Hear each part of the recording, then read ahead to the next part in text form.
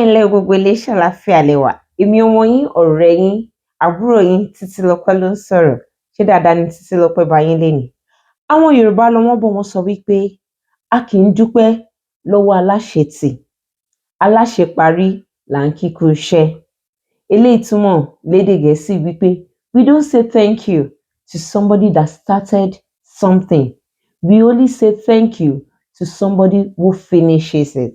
It is important that we should know wípé initiative is not as important as finitiative. Ọ̀pọ̀lọpọ̀ nínú wa a ti mú nǹkan báyìí. We use energy.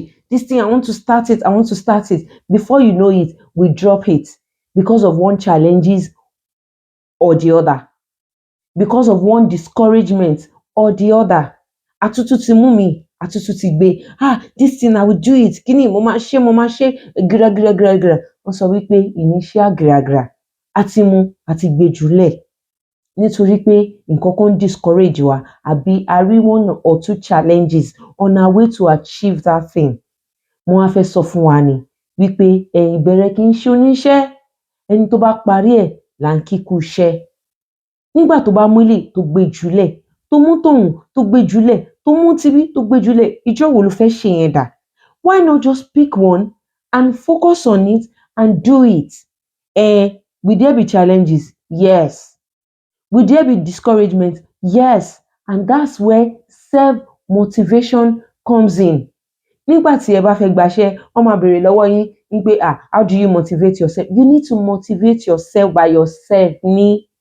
Kò ní sú mi, kò ní rẹ̀ mí, kíni mo máa ṣe? You will face challenges. People will discourage you. Even people who you love, that they love you too. But because it is not their dream, it is not their goal, it is yours. So you are the one who will encourage yourself. You are the one who will motivate yourself to achieve that thing.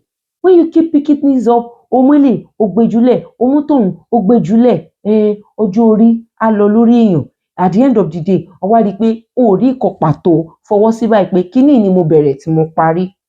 Kò sí bí ó ṣe lè kéré tó. Ó ní ẹlẹ́dẹ̀ àdọ́yọ̀, ariwo ẹ̀ lápọ̀. You will get there. It may look, ó lè máa dàbí ẹni wípé kíni kò dàbẹ́, kíni challenges ẹ ti pọ̀ jù. But if you know, you are convinced, you will face challenges, but you will get there when you are focused, when you are committed to that thing. Not that you will pick it and dump it, you will pick it and dump it. Eléyìí ni ìyànjú kékeré tí mo wá fẹ́ gba ìwọ ọ̀rẹ́ mi wípé finitiative is more important than initiative. Start it and finish it with God's help. Ó dìgbà, a ò ní pàdé ayọ̀. Ẹ má gbàgbé láti share fídíò mi, láti tẹ̀lé mi YouTube, Facebook, TikTok àti Instagram. Ó dàgbọ̀, a ò ní pàdé ayọ̀.